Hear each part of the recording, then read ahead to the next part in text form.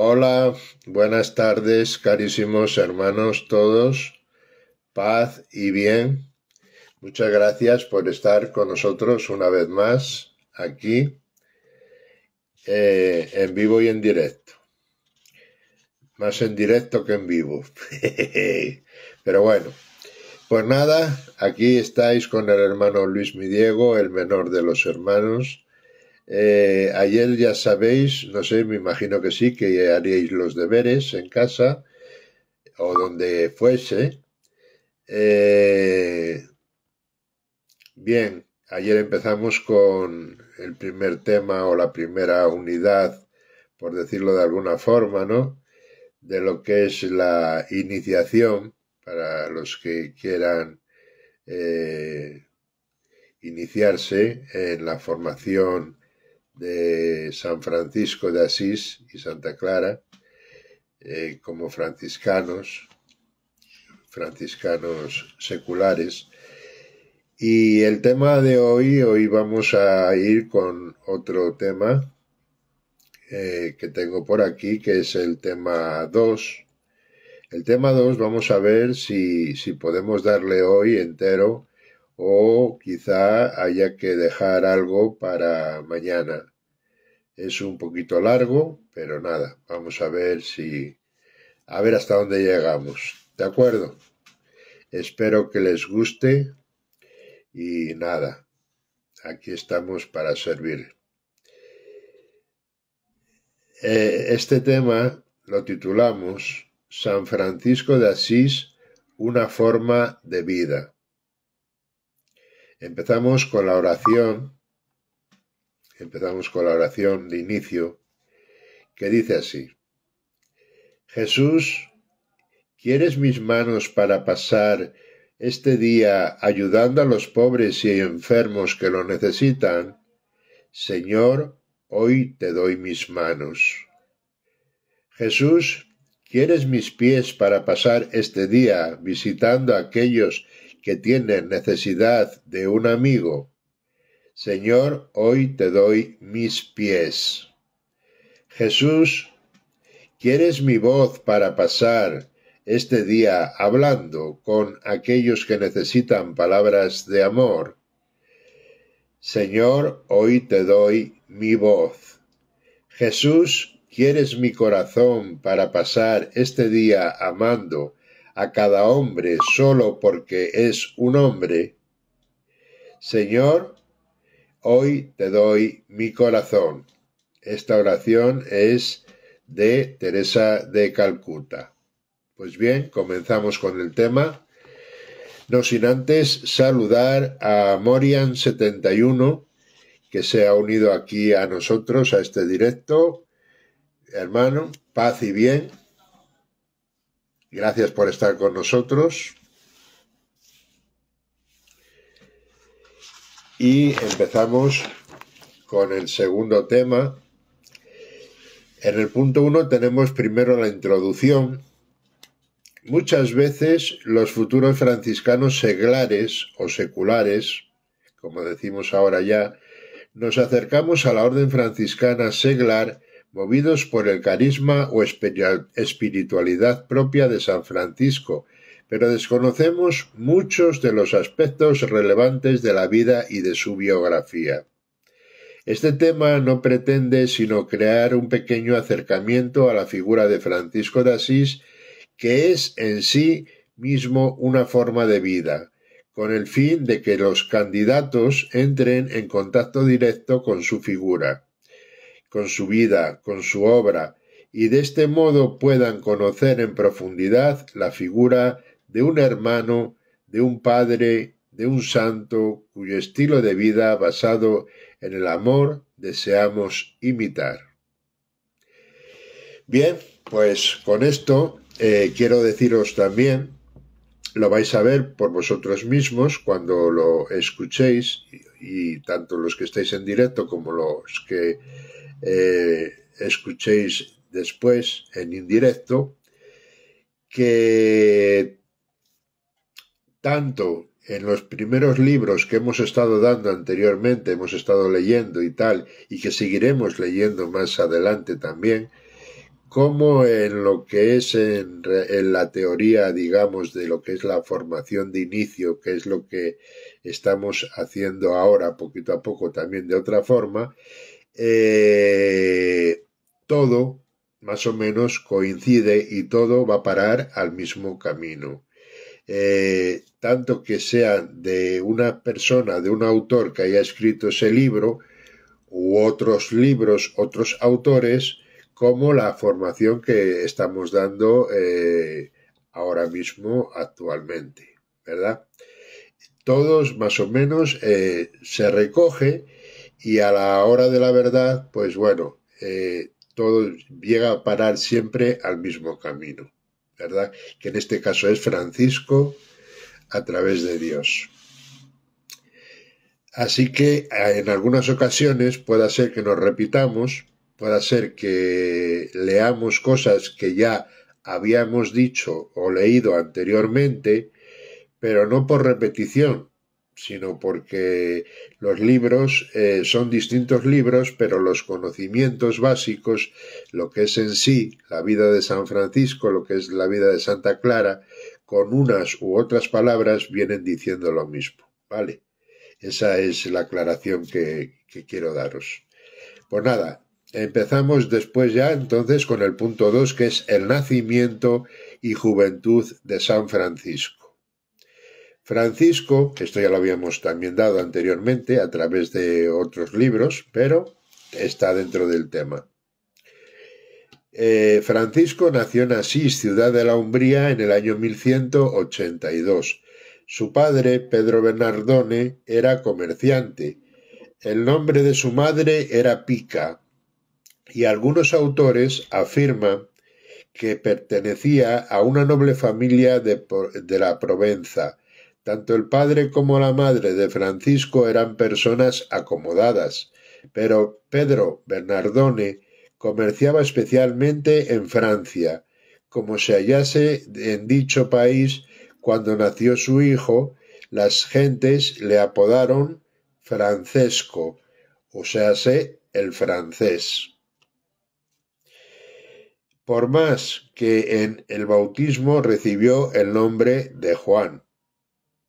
O sea, le bautizaron con el nombre de Juan, pero al final pues se quedó con el nombre de Francisco. Bienvenido también con nosotros. Tenemos aquí a San Francisco Libros. Un abrazo de paz y bien. Así que, pues nada, seguimos. En su juventud, Francisco era muy dado a las románticas tradiciones caballerescas que propagaban los trovadores. Disponía de dinero en abundancia y lo gastaba, lo gastaba pródigamente con ostentación. Ni los negocios de su padre ni los estudios le interesaban mucho.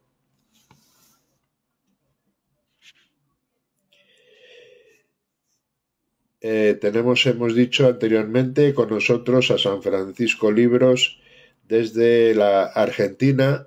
Pues nada, un fraternal abrazo para todos nuestros hermanos de Argentina y en especial para ti, ¿vale? Paz y bien. Ni los negocios de su padre ni los estudios le interesaban mucho, sino el divertirse en cosas vanas que comúnmente se le llaman gozar de la vida. Sin embargo, no era de costumbres licenciosas y acostumbraba a ser muy generoso con los pobres, que le pedían por amor de Dios.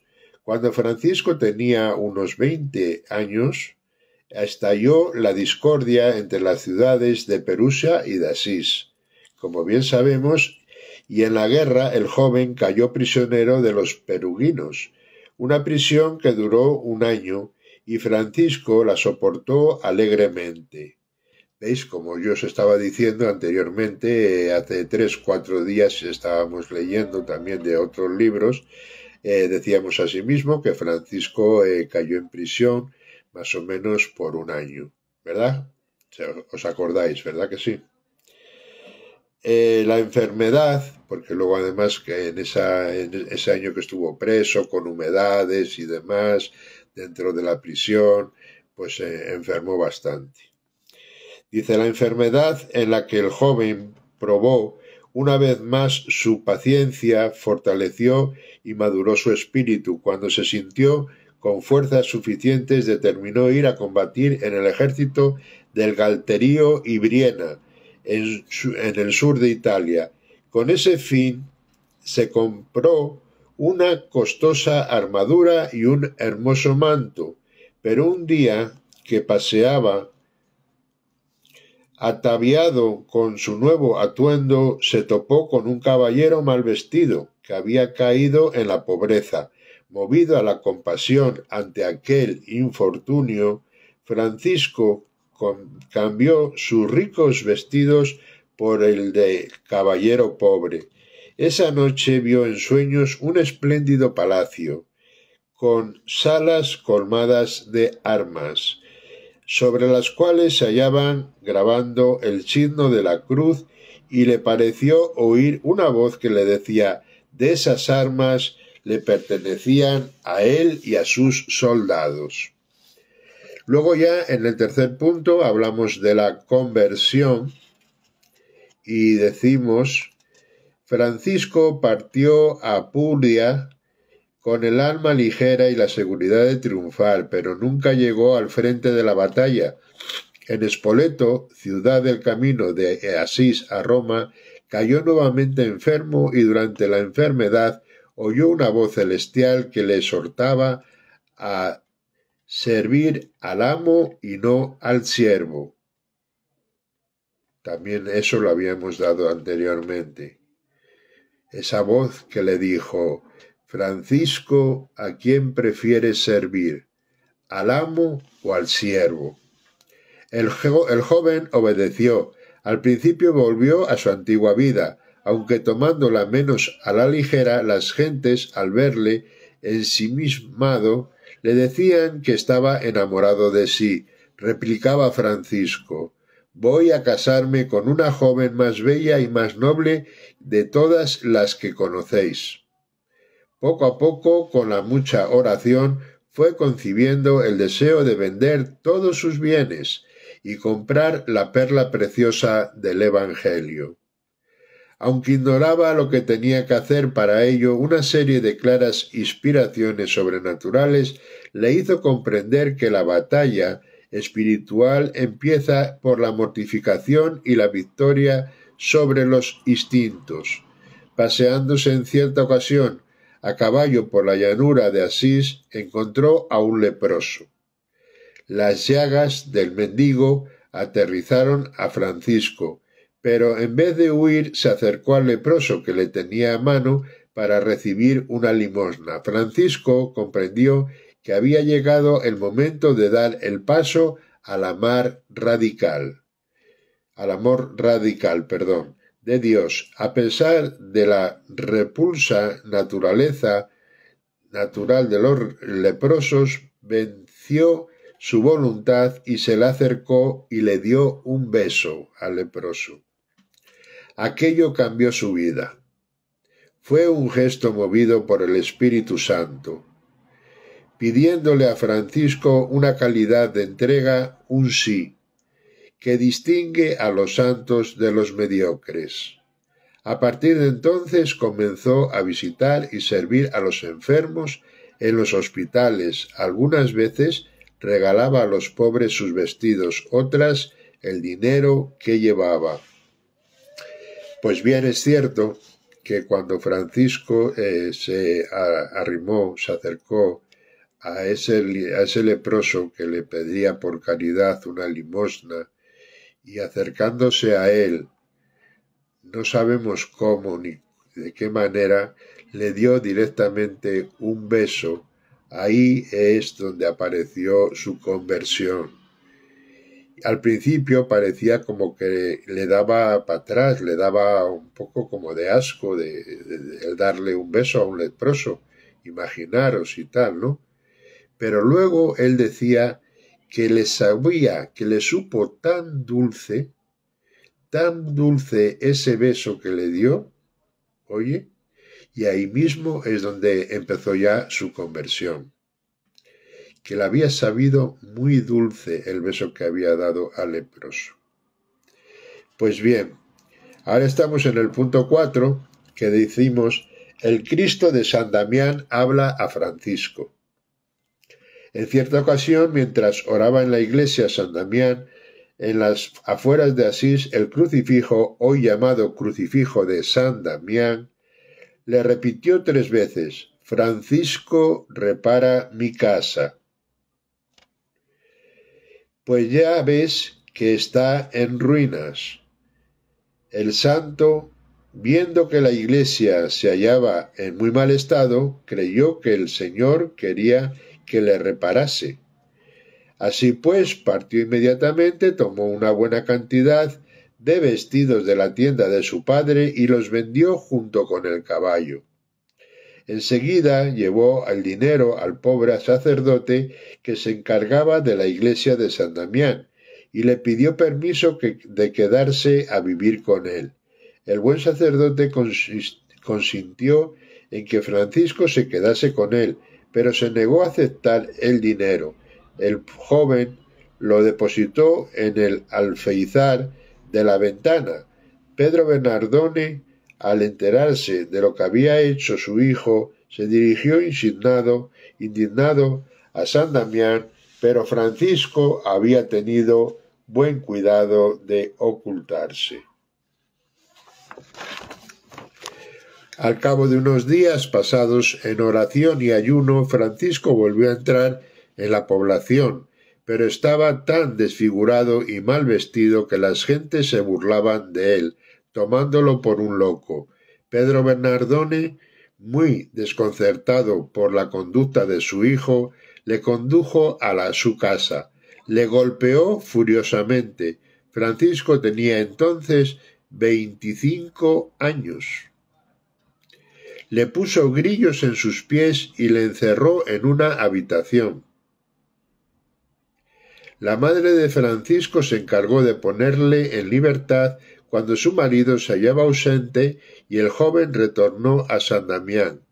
Su padre fue de nuevo a buscarle allí, le golpeó en la cabeza y le conminó a volver inmediatamente a su casa o a renunciar a su herencia y pagarle el precio de los vestidos que les había tomado.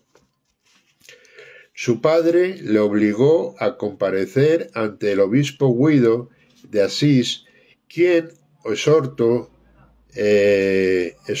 al joven a devolver el dinero y a tener confianza en Dios. Dios no deseaba que su iglesia goce de bienes injustamente adquiridos. Francisco obedeció a la letra la orden del obispo y añadió: los vestidos que llevo puestos pertenecen también a mi padre.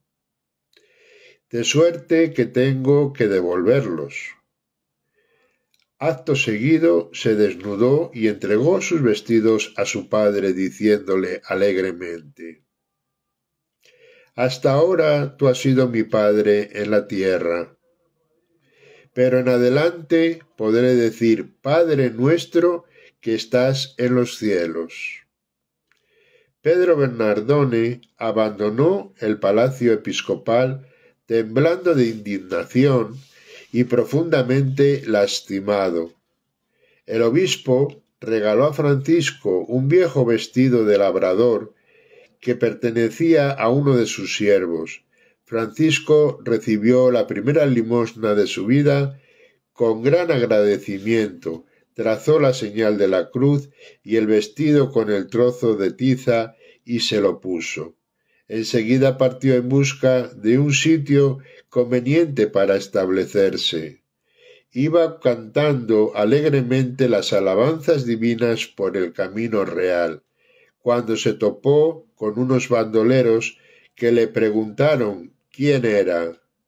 Él respondió: soy el heraldo del gran rey.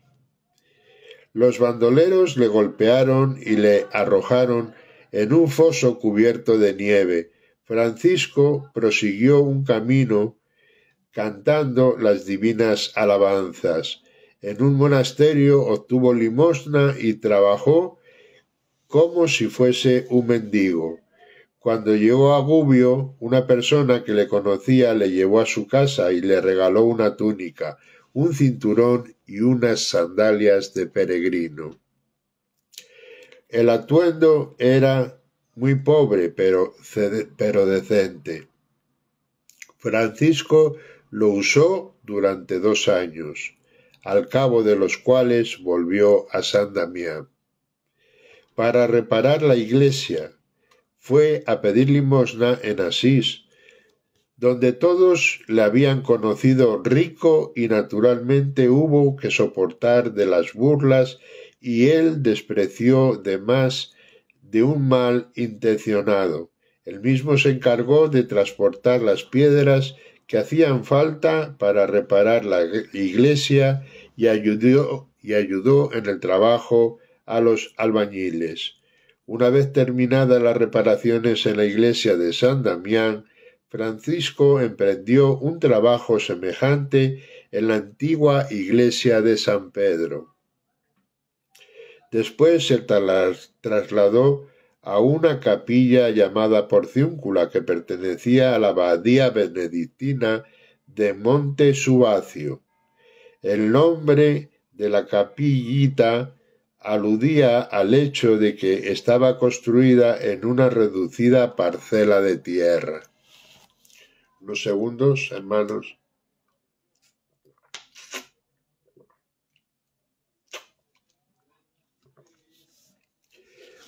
En el quinto punto de la vida de San Francisco, decimos que comienza una forma de vida en Santa María de los Ángeles. La Porciúncula se hallaba en una llanura, a unos 4 kilómetros de Asís, y en aquella época estaba abandonada y casi en ruinas. La tranquilidad del sitio agradó a Francisco, tanto como el título de Nuestra Señora de los Ángeles, en cuyo honor había sido erigida la capilla. Francisco la reparó y fijó en ella su residencia. Ahí le mostró finalmente el cielo lo que esperaba de él.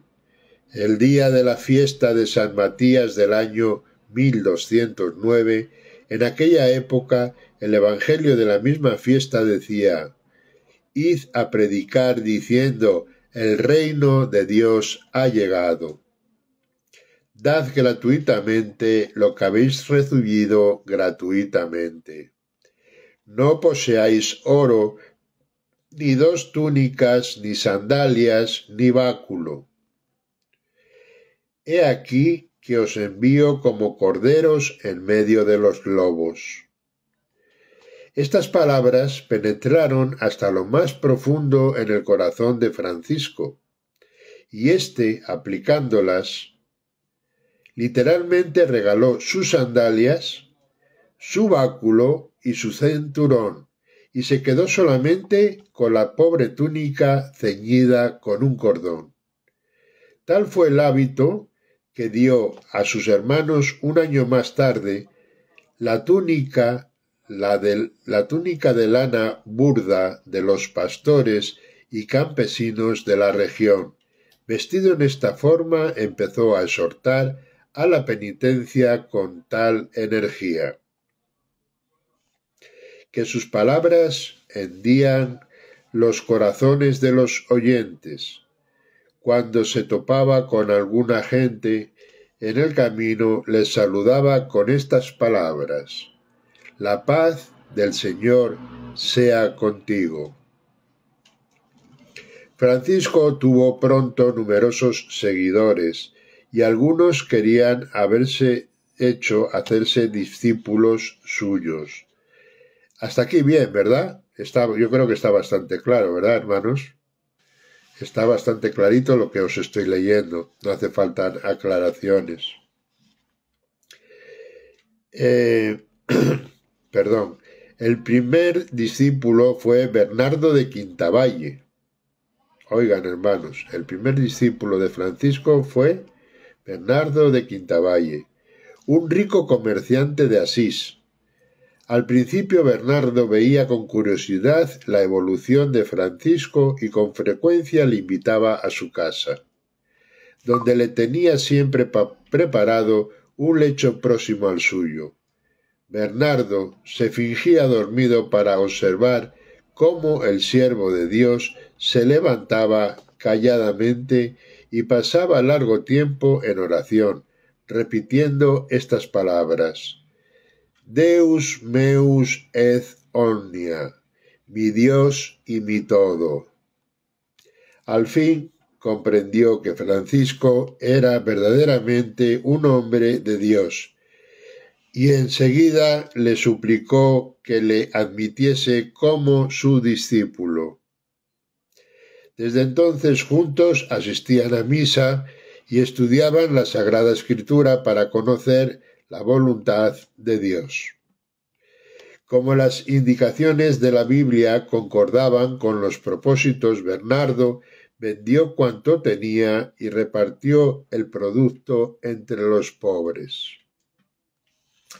En el apartado 6 vamos a ver que el Señor le dio hermanos, primeros compañeros y la regla de la orden.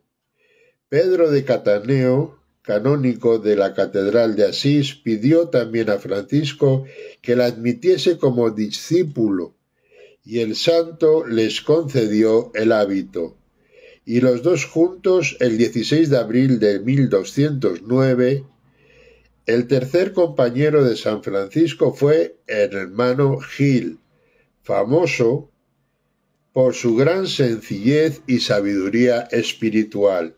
En 1210, cuando el grupo contaba ya con 12 miembros, Francisco redactó una regla breve e informal que consistía principalmente en los consejos evangélicos del sumo pontífice.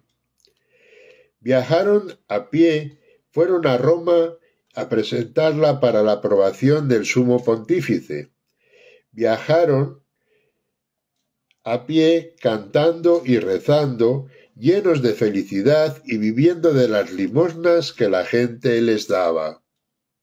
En Roma no querían aprobar esta comunidad porque les parecía demasiado rígida en cuanto a pobreza, pero al fin un cardenal dijo: no les podemos prohibir que vivan como lo mandó Cristo en el Evangelio. Recibieron la aprobación y se volvieron a Asís a vivir en pobreza, en oración, en santa alegría y en gran fraternidad, junto a la iglesia de la Porciúncula. Inocencio III se mostró adverso al principio.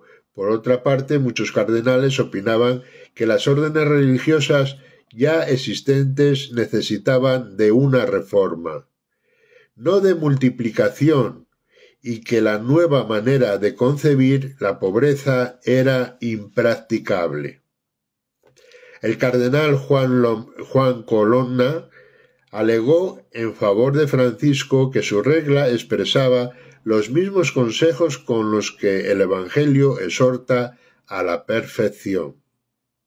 Más tarde, el Papa relató a su sobrino, quien a su vez lo comunicó a San Buenaventura, que había visto en sueños una palmera que crecía rápidamente, y después había visto a Francisco sosteniendo con su cuerpo la Basílica de San Letrán, la Basílica de Letrán, que estaba a punto de derrumbarse.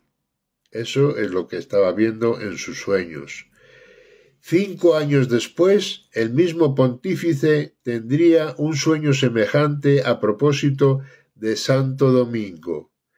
Inocencio III mandó, pues, llamar a Francisco y aprobó verbalmente su regla. Enseguida le impuso la tonsura, así como a sus compañeros, y les dio por misión predicar la penitencia. San Francisco y sus compañeros se trasladaron provisionalmente a una cabaña de Ribotonto, en las afueras de Asís, de donde salían a predicar por toda la región. Poco después tuvieron dificultades con un campesino que reclamaba la cabaña para emplearla como establo de su asno. Francisco respondió: Dios no nos ha llamado a preparar establos para asnos. Y acto seguido abandonó el lugar y partió a ver al abad de Monte Subacio. En el año 1212, el abad regaló a Francisco la capilla de la Porciúncula, a condición de que se conservase siempre como la iglesia principal de la nueva orden. El santo se negó a aceptar la propiedad de la capilla y sólo la admitió prestada, en prueba de que la Porciúncula continuaba como propiedad de los benedictinos. Francisco les enviaba cada año, a manera de recompensa por el préstamo, una cesta de pescados cogidos en el riachuelo vecino. Por su parte, los benedictinos correspondían enviándole un tonel de aceite. Tal costumbre existía todavía entre los franciscanos de Santa María de los Ángeles y los benedictinos de San Pedro de Asís. Alrededor de la Porciúncula, los frailes construyeron varias cabañas primitivas, porque San Francisco no permitía que la orden en general y los conventos en particular poseyesen bienes temporales. Había hecho de la pobreza el fundamento de su orden y su amor a la pobreza se manifestaba de manera de vestirse, en los utensilios que empleaba a cada uno de sus actos. Acostumbraba llamar a su cuerpo el hermano asno, porque lo consideraba como hecho para transportar carga, para recibir golpes y para comer poco y mal. Como veía ocioso a algún fraile, le llamaba hermano mosca. Resultaba molesto, porque en vez de cooperar con los demás, echaba a perder el trabajo de los otros. Poco antes de morir, considerando que el hombre está obligado a tratar con caridad a su cuerpo, Francisco pidió perdón al suyo, por haberlo tratado tal vez con demasiado rigor. El santo se había opuesto siempre a las autoridades indiscretas y exageradas. En cierta ocasión, viendo que un fraile había perdido el sueño a causa del excesivo ayuno, Francisco le llevó alimento y comió con él para que se sintiese menos mortificado. Bien, pues llegando ya al punto 7, en este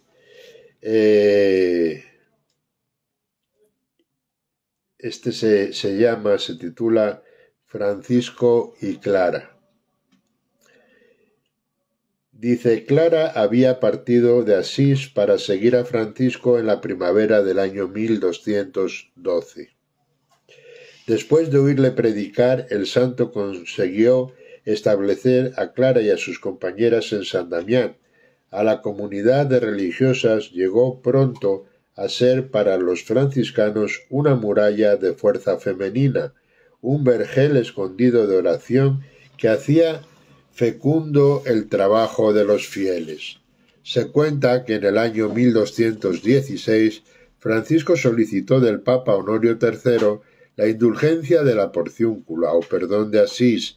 El año siguiente conoció en Roma a Santo Domingo, quien había predicado la fe y la penitencia en el sur de Francia en la época en que Francisco era gentil hombre de Asís. Óiganse, o sea que se juntaron, se saludaron, oiga, coincidió con Santo Domingo.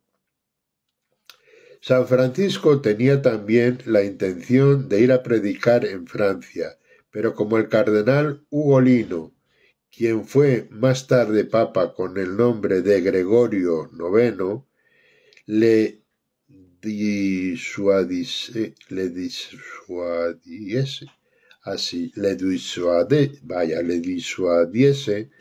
me entregué, comía ahí la palabra de ello, envió en su lugar a los hermanos Pacífico y Agnello. Este último había de introducir más tarde a la orden de los frailes menores en Inglaterra. El sabio y bondadoso cardenal Ugolino ejerció una gran influencia en el desarrollo de la orden. Los compañeros de San Francisco eran ya numerosos, que se imponían forzosamente cierta forma de organización sistemática y de disciplina común. Asimismo, se procedió a dividir a las órdenes en provincias, al frente de cada una de las cuales se puso a un ministro encargado del bien espiritual de los hermanos. Si alguno de ellos llegaba a perderse por el mal ejemplo del ministro, éste tendría que responder de él ante Jesucristo. Los frailes habían cruzado ya los Alpes y tenían misiones en España, Alemania y Hungría. Llegamos ahora al capítulo 8, dentro de la segunda unidad en la que estamos, titulado Capítulo de las Esteras.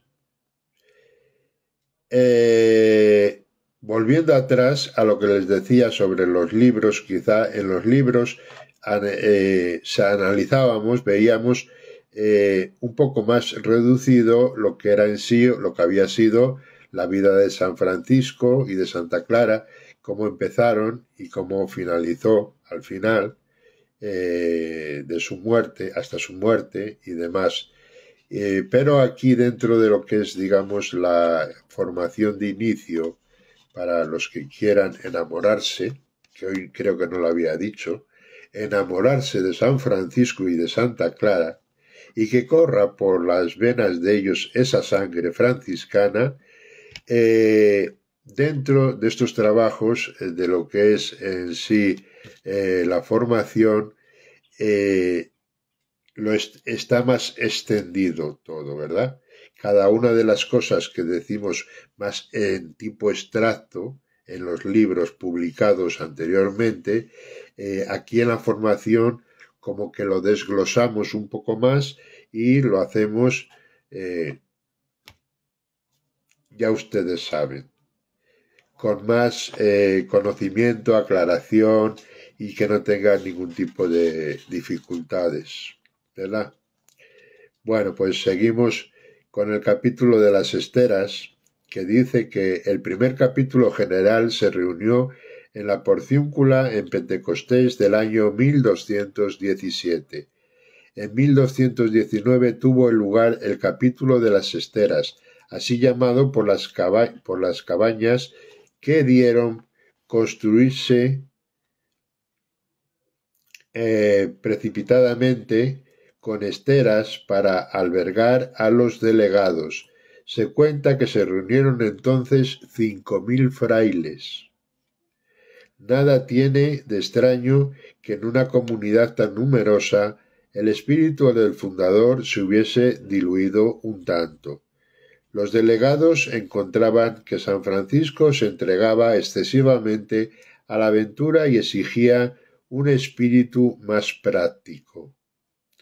Es que así les parecía lo que en realidad era una gran confianza en Dios. El santo se ignoró profundamente y replicó: «Hermanos míos, el Señor me llamó por el camino de la sencillez y de la humildad, y por ese camino persiste en conducirme. no solo a mí, sino a todos los que estén dispuestos a seguirme. El Señor me dijo que deberíamos ser pobres y locos en este mundo, y que ese y no otro sería el camino por el que nos llevaría.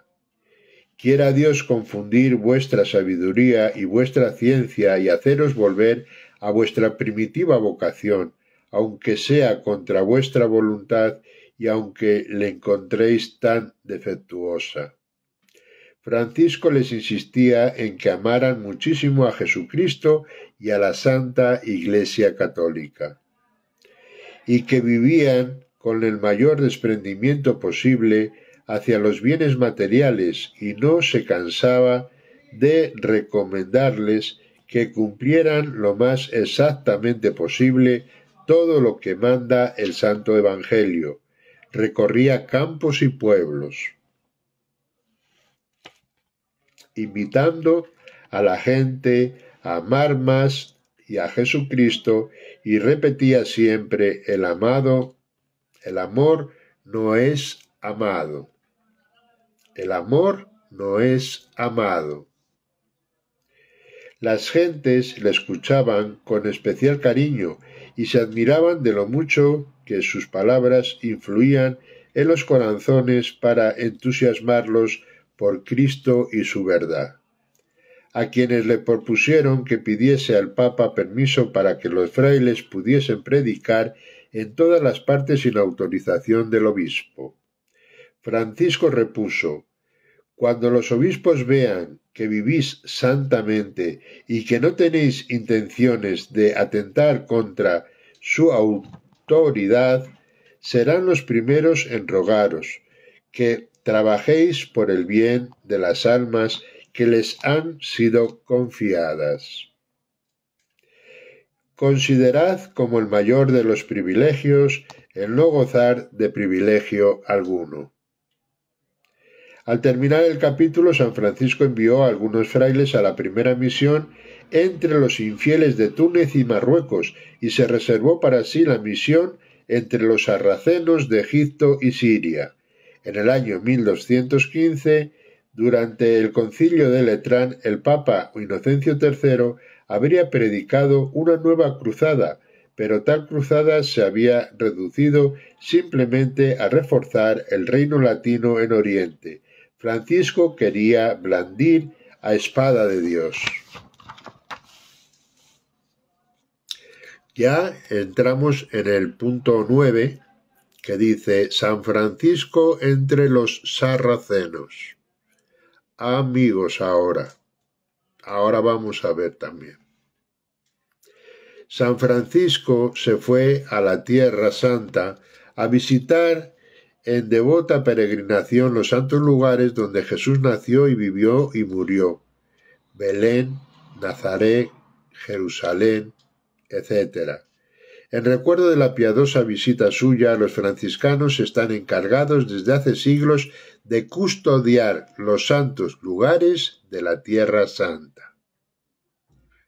¿Entendimos, verdad? Desde entonces están encargados los franciscanos de custodiar aquellos lugares de la Tierra Santa.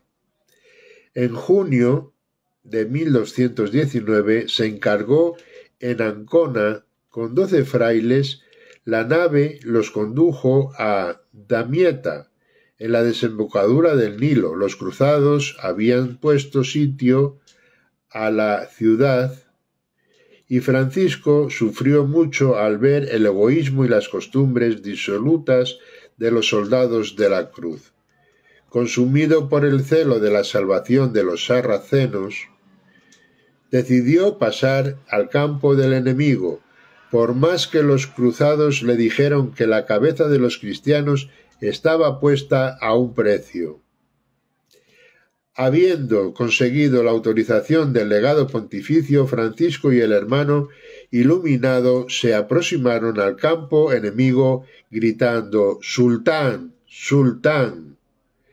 Cuando los hombres quienes me habían enviado le condujeron a la presencia de Malek al-Kamil, Francisco declaró osadamente: no son los hombres quienes me han enviado, sino Dios Todopoderoso. Vengo a mostrarles a ti y a tu pueblo el cambio de la salvación. Oigan esto, hermanos. El camino de la salvación. Vengo a anunciarles las verdades del Evangelio. El sultán se quedó impresionado y rogó a Francisco que permaneciese con él. El santo replicó: sí, tú y tu pueblo estáis dispuestos a oír la palabra de Dios, con gusto me quedaré con vosotros. Y si todavía vaciláis entre Cristo y Mahoma, manda encender una hoguera. Yo entraré en ella con vuestros sacerdotes, y así veréis cuál es la verdadera fe. Oigan eso. El sultán contestó que probablemente ninguno de los sacerdotes querría meterse en la hoguera y que no podía someterlos a esa prueba para no soliantar al pueblo. Cuentan que el sultán llegó a decir: si todos los cristianos fueran como él, entonces valdría la pena ser cristiano. Pero el sultán Malek al-Kamil mandó a Francisco que volviese al campo de los cristianos. Desalentando al ver el reducido éxito de su predicación entre los sarracenos y entre los cristianos, el santo pasó a visitar los santos lugares. Ahí recibió una carta en la que sus hermanos le pedían urgentemente que retornase a Italia. Durante la ausencia de Francisco, sus dos vicarios, Mateo de Narcí y Gregorio de Nápoles, habían introducido ciertas innovaciones que tendrían a unificar a los frailes menores con otras órdenes religiosas y a encuadrar el espíritu franciscano en el rígido esquema de la observancia monástica y de las reglas ascéticas.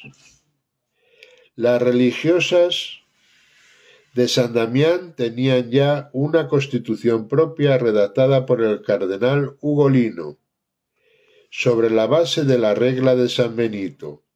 Al llegar a Bolonia, Francisco tuvo la desagradable sorpresa de encontrar a sus hermanos hospedados en un espléndido convento. El santo se negó a poner los pies en él y vivió con los frailes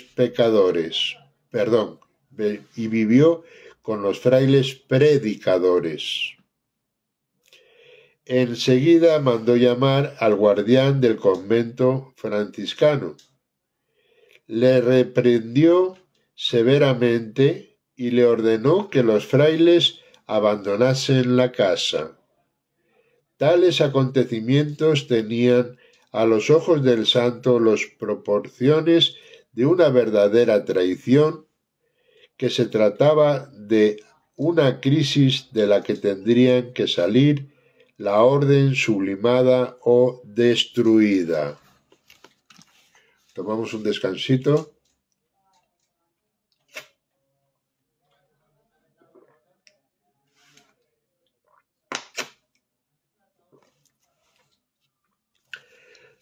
Ahora tomamos el punto 10, que se titula La revisión de la regla. San Francisco se trasladó a Roma, donde consiguió que Honorio III nombrase al cardenal Ugolino protector y consejero de los franciscanos, ya que por el purpurado había depositado una fe ciega en el fundador y poseía una gran experiencia en los asuntos de la Iglesia. Al mismo tiempo, Francisco se entregó ardientemente a la tarea de revisar la regla, para lo que convocó a un nuevo capítulo general que se reunió en la Porcíncula en el año 1221. El santo presentó a los delegados la regla revisada, lo que se refería a la pobreza, la humildad y a la libertad evangélica, características de la orden que quedaba intacto. Ello constituía una especie de reto del fundador y de los disidentes y legalistas que por debajo del agua tramaban una verdadera revolución del espíritu franciscano. El jefe de la oposición era el hermano Elías de Cortona. El fundador había renunciado a la dirección de la orden, de suerte que su vicario, Fray Elías, era prácticamente el ministro general. Sin embargo, no se atrevió a oponerse al fundador, a quien respetaba sinceramente. En realidad, la orden era ya demasiado grande. Como lo dijo el propio San Francisco, si hubiese menos frailes menores, el mundo los vería menos y desearía que fuesen más. Al cabo de 2 años, durante los cuales hubo de luchar contra la corriente cada vez más fuerte que tenían en desarrollar la orden en la dirección que él no había previsto y que la parecía comprometer al espíritu franciscano, el santo emprendió una nueva revisión de la regla. Después la comunicó al hermano Elías para que éste la pasase a los ministros, pero el documento se extravió y el santo hubo que dictar nuevamente la revisión al hermano León, en medio del clamor de los frailes que afirmaban que la prohibición de poseer bienes en común era impracticable. La regla de tal como fue aprobada por Honorio III en el año 1223, representaba sustancialmente el espíritu y el modo de vida por el que había luchado San Francisco desde el momento en que se despojó de sus ricos vestidos ante el obispo de Asís. Unos 2 años antes, San Francisco y el cardenal Ugolino habían redactado una regla para la cofradía de laicos que se habían asociado a los frailes menores y que respondía a lo que actualmente llamamos Tercera Orden. Fincada en el espíritu de la carta a todos los cristianos, que Francisco había escrito en los primeros años de su conversión. La cofradía, formada por laicos entregados a la penitencia, que llevaban una vida muy diferente de la que se acostumbraba entonces, llegó a ser una gran fuerza religiosa en la Edad Media. En el derecho canónico actual, los terciarios y las diversas órdenes gozan todavía de un estatuto específicamente diferente del que los miembros de las cofradías y congregaciones marianas. Llegamos al punto 11, dice Grecio y la Navidad franciscana. San Francisco pasó la Navidad de 1223 en Grecio, en el valle de Rieti. Con tal ocasión había dicho a su amigo Juan de Bellita quisiera hacer una especie de representación viviente del nacimiento de Jesús en Belén, para presenciar, por decirlo así, con los ojos del cuerpo la humildad de la encarnación y verle recostado en el pesebre entre el buey y el asno. En efecto, el santo construyó entonces en la ermita una especie de cueva y los campesinos de los alrededores asistieron a la misa de medianoche, en la que Francisco actuó como diácono y predicó sobre el misterio de la Navidad. Se le atribuye haber comenzado en aquella ocasión la tradición del Belén o nacimiento, nos dice Tomás de Celano en su biografía del santo. La encarnación era el componente clave de la espiritualidad de Francisco. Quería celebrar la encarnación en forma especial, quería hacer algo que ayudase a la gente a recordar al Cristo niño como nació en Belén. Bien, hermanos, esto quiere decir que Francisco, perdón, estoy un poco topadito todavía de la nariz, tengo un poco de catarro.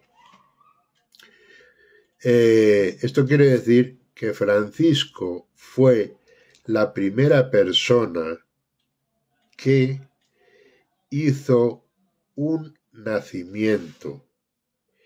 Y es más, este nacimiento que hizo Francisco era un nacimiento viviente. Eran con personas y con animales, eran con seres vivos.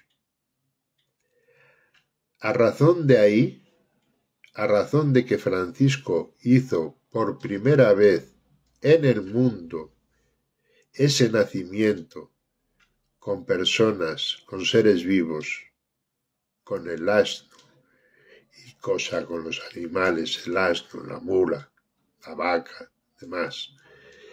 A razón de ahí, hasta el día de hoy, en la actualidad, de ahí fueron creciendo, fueron naciendo los nacimientos, los distintos belenes que ponemos cada uno en nuestras fraternidades, en nuestras parroquias, nuestras iglesias, ermitas, en nuestras casas, etc. Todos esos nacimientos que ponemos año tras año a nivel mundial empezaron ahí. Valga la redundancia. Empezaron con Francisco y su primer nacimiento. Bien, pues aclarado y dicho esto ya, continuamos ahora con el punto 12, que dice los estigmas Francisco el Arter Christus. Alrededor de la fiesta de la Asunción, en el año 1224, el santo se retiró al monte de Albernia y se construyó ahí una pequeña celda. Llevó consigo al hermano León, pero prohibió que fuese alguien a visitarle hasta después de la fiesta de San Miguel. Ahí fue donde tuvo lugar, alrededor del día de la Santa Cruz de 1224, el milagro de los estigmas del que hablamos el 17 de septiembre. Francisco trató de ocultar a los ojos de los hombres las señales de la pasión del Señor que tenía impresas en su cuerpo. Repito, el día 17 de septiembre, Francisco recibió las llagas, los estigmas de Jesucristo. El día 17 de septiembre. Francisco trató de ocultar a los ojos de los hombres las señales de la pasión del Señor que tenía impresas en el cuerpo. Por ello, a partir de entonces llevaba siempre las manos dentro de las mangas del hábito y usaba medias y zapatos. Sin embargo, deseando el consejo de sus hermanos, comunicó lo sucedido al hermano iluminado y a algunos otros, pero añadió que le habían sido reveladas ciertas cosas que jamás descubriría a hombre alguno sobre la tierra. En cierta ocasión en que se hallaba enfermo, alguien propuso que se le leyese un libro para distraerle. El santo respondió: «Nada me consuela tanto como la contemplación y la vida y la pasión del Señor. Aunque hubiese de vivir hasta el fin del mundo, con ese solo libro me bastaría». Francisco se había enamorado de la santa pobreza mientras contemplaba a Cristo crucificado y meditaba en la nueva crucifixión que sufría en las personas de los pobres. El santo no despreciaba la ciencia, pero no la deseaba para sus discípulos. Los estudios sólo tenían razón de ser como medios para un fin y sólo podían aprovechar a los frailes y menores si no les impedía consagrar a la oración un tiempo todavía más largo y si les enseñaba más bien a predicarse a sí mismos que a hablar a otros.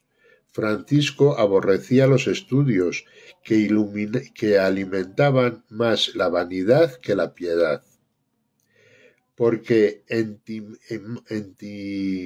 entibiaban la caridad y secaban el corazón. Sobre todo temía que la señora ciencia se convirtiese en rival de la dama pobreza. Viendo con cuánta ansiedad acudía a las escuelas y buscaba los libros de sus hermanos, Francisco exclamó en cierta ocasión: impulsados por el mal espíritu, mis pobres hermanos acabarán por abandonar el camino de la sencillez y de la pobreza. Antes de salir del monte Albernia, el santo compuso el himno de la alabanza al Altísimo. Poco después de la fiesta de San Miguel, bajó finalmente al valle marcado por los estigmas de la pasión y curó a los enfermos que le salieron al paso. Las calientísimas arenas del desierto de Egipto afectaron la vista de Francisco, hasta el punto de estar casi completamente ciego. Los 2 últimos años de la vida de Francisco fueron de grandes sufrimientos que parecía como una copa que se había llenado y rebasado. Fuertes dolores debido al deterioro de muchos de sus órganos: estómago, el hígado, el bazo, consecuencias de la malaria contraída en Egipto. En los más terribles dolores, Francisco ofrecía a Dios todo como penitencia, pues se consideraba gran pecador y para la salvación de las almas era durante su enfermedad y dolor donde sentía la mayor necesidad de cantar. Su salud iba empeorando, los estigmas le hacían sufrir y le debilitaban y casi había perdido la vista. En el verano de 1225 estuvo tan enfermo que el cardenal Ugolino y el hermano Elías le obligaron a ponerse en manos del médico del Papa Henrieti. El santo obedeció con sencillez. De camino a Rieti fue a visitar a Santa Clara en el convento de San Damián. Ahí, en medio de los más agudos sufrimientos físicos, escribió el cántico del hermano Sol y lo adoptó a una tonada popular para que sus hermanos pudiesen cantarlo.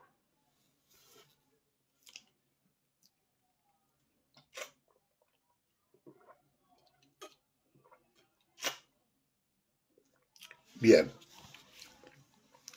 ya vamos por el punto 13 dentro del tema 2, titulado Enfermedad y muerte de San Francisco. Después se trasladó al Monte Raineiro, donde se sometió al tratamiento brutal que el médico le había prescrito, pero la mejoría que de ello le produjo fue sólo momentánea. Sus hermanos le llevaron entonces a Siena a consultar a los otros médicos, pero para entonces el santo estaba moribundo. En el testamento que dictó para sus frailes les recomendaba la caridad fraterna, los exhortaba a amar y a observar la santa pobreza y amar y honrar a la Iglesia. Poco antes de su muerte dictó un Nuevo Testamento para recomendar a sus hermanos que observasen fielmente la regla y trabajasen manualmente, no por el deseo de lucro, sino para evitar la ociosidad y dar buen ejemplo. Si no nos pagan nuestro trabajo, acudamos a la mesa del Señor, pidiendo limosna de puerta en puerta. Cuando Francisco volvió a Asís, el obispo le hospedó en su propia casa. Francisco rogó a los médicos que le dijesen la verdad, y éstos confesaron que sólo le quedaban unas cuantas semanas de vida. Bienvenida a la hermana muerte, como él decía, exclamó el santo y acto seguido pidió que le transportasen a la Porciúncula. Por el camino, cuando la comitiva se hallaba en la cumbre de la colina desde la que dominaba el panorama de Asís, pidió a los que portaban la camilla, puesto que ya le llevaban en camilla, ya no podía andarse, ya no podía valerse por sí mismo, y de ahí ya le estaban llevando en camilla siempre. Cuando le portaban en la camilla, que se detuviesen un momento, y entonces volvió sus ojos ciegos en dirección a la ciudad e imploró las bendiciones de Dios para ella y sus habitantes.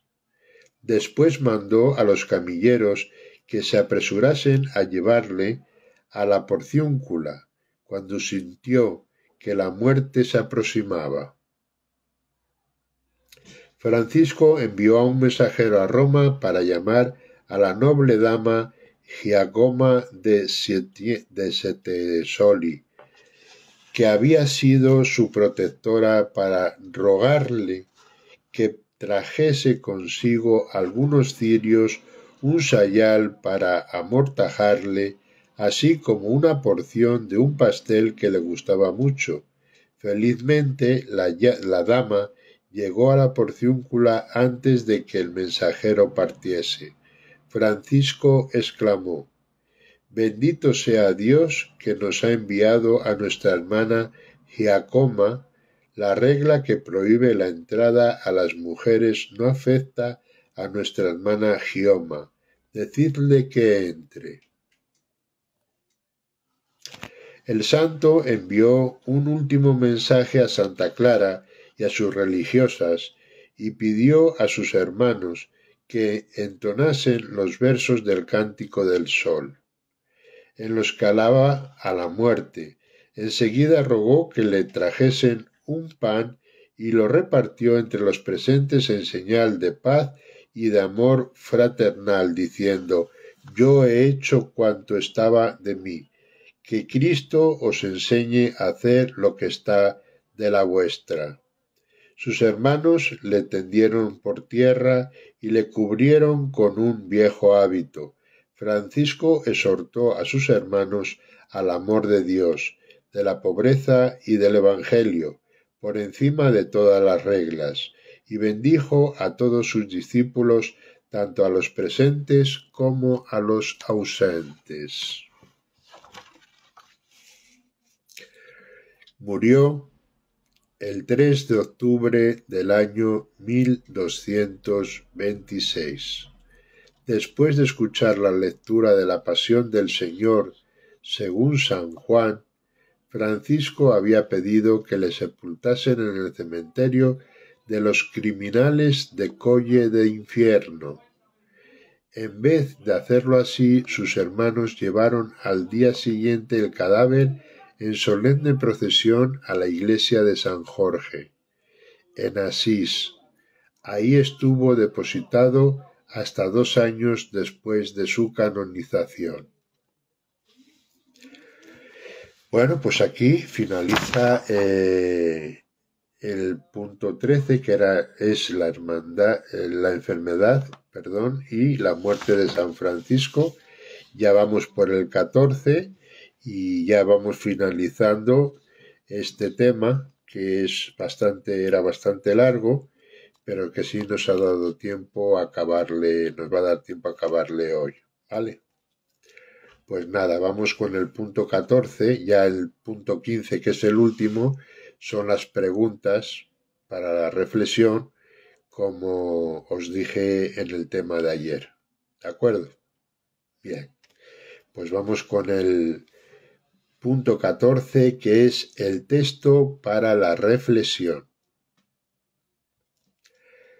El primer compañero de San Francisco fue Fray Bernardo de Asís, quien se convirtió de este modo cuando Francisco andaba todavía con hábito seglar, aunque ya había despreciado el mundo y se presentaba con aspecto desagradable y maltrecho por la penitencia, Muchos lo tenían por tonto y le escarnecían igual que a un loco, y hasta sus parientes, lo mismo de que los desconocidos, le tiraban piedras y barro, pero sólo él soportaba con paciencia todas las injurias y ofrendas, pasando por sordo y mudo. Bernardo de Asís, que era de los más nobles, ricos y sabios de la ciudad, comenzó a considerar sabiamente en Francisco su gran paciencia ante las injurias y cómo, después de llevar ya 2 años así abominado y despreciado de todos, parecía cada vez más constante y paciente, y comenzó a pensar y a decir en su interior: es imposible que este Francisco no tenga abundante gracia de Dios. De ahí que llamamos las florecillas de San Francisco. Pues bien, ya vamos con el punto 15 y último, dedicado a las preguntas sobre el tema que hemos estado leyendo y analizando un poquito.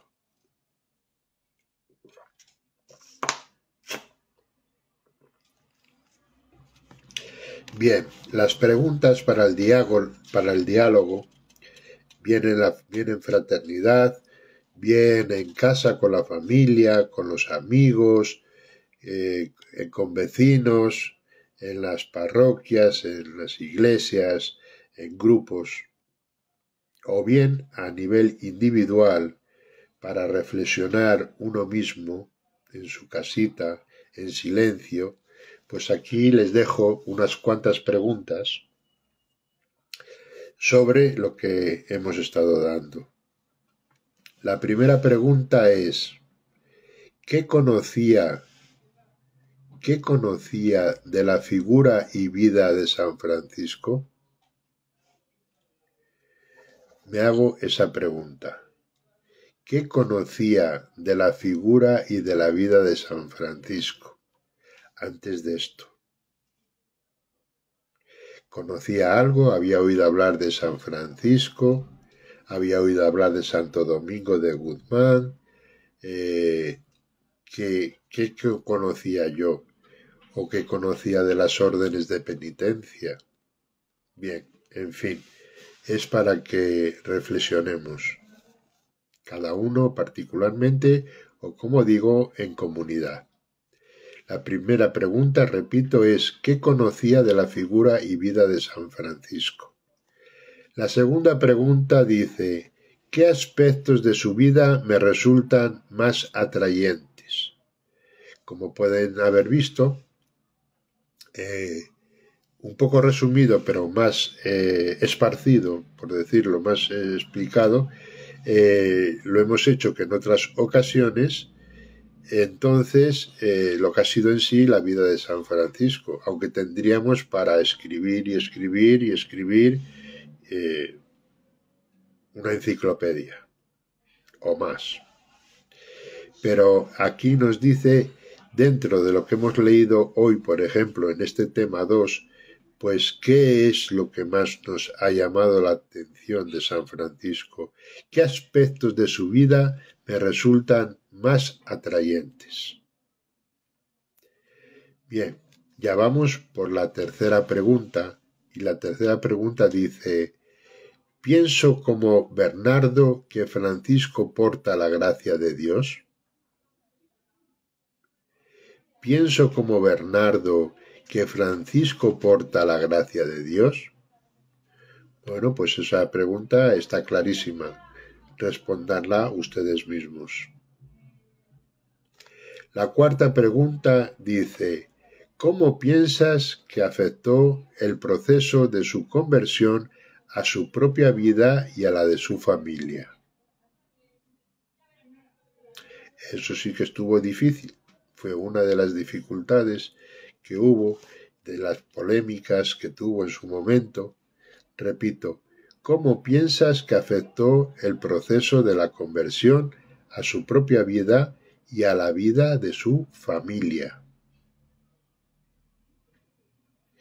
Yo no os las voy a responder, ya vosotros las reflexionáis. Como quiera, estos vídeos quedan reflejados aquí en el canal de Instagram. También sabéis, os queremos recordar que tenemos canal en YouTube. El canal de YouTube es Fraternidad de San Francisco de Asís en Palencia. Fraternidad de San Francisco de Asís en Palencia, con P, Palencia.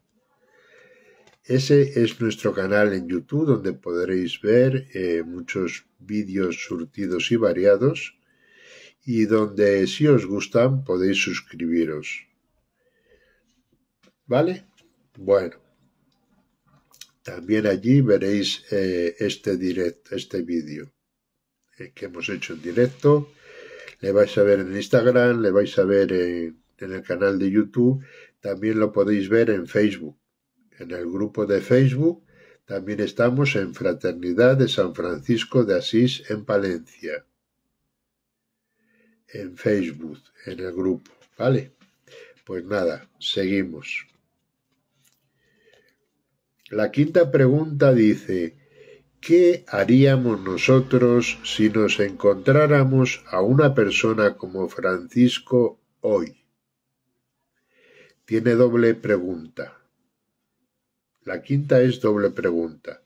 La segunda dice: ¿lo rechazaríamos como hicieron con él?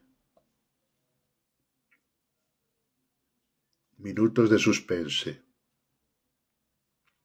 Repito la quinta pregunta, que se divide en dos a la vez. ¿Qué haríamos nosotros si nos encontráramos una persona como Francisco hoy? Y luego, ¿lo rechazaríamos como hicieron con él? Bien, seguimos con la sexta pregunta. ¿Por qué crees que Francisco sufrió espiritualmente tanto en los últimos años de su vida? Te repito, ¿por qué creéis que Francisco sufrió espiritualmente tanto? Espiritual, no especialmente, espiritualmente tanto en los últimos años de su vida.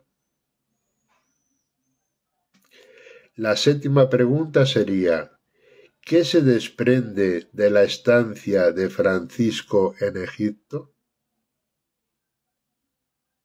Sabéis que lo hemos dado también hoy. ¿Qué se desprende de la estancia de Francisco en Egipto?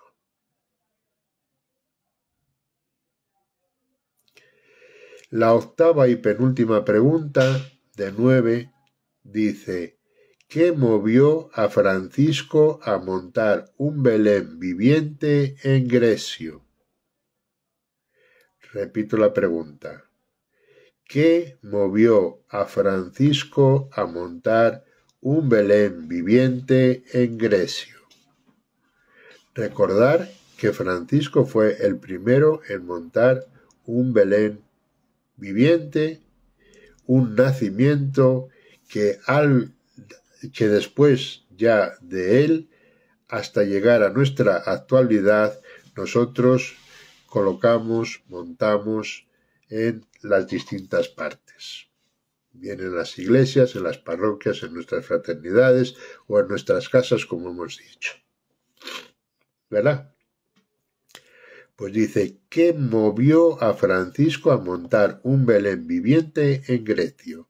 Y ya vamos con la última pregunta, que dice: ¿qué piensas que Cristo quiso hacer al imprimir las llagas a Francisco?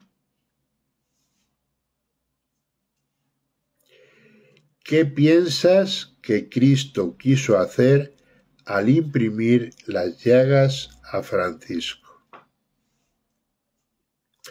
Pues bien, hermanos, con esto finalizamos el tema de hoy, que es el tema número 2.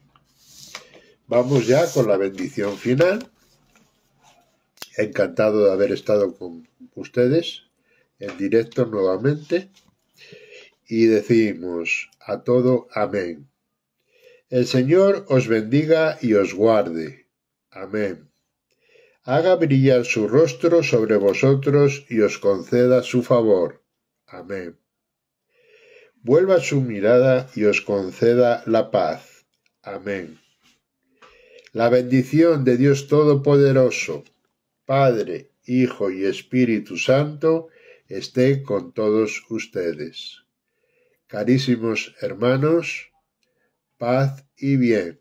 Reciban un fraternal abrazo en Francisco. Y nos vemos, si Dios quiere, mañana, Dios mediante. Paz y bien.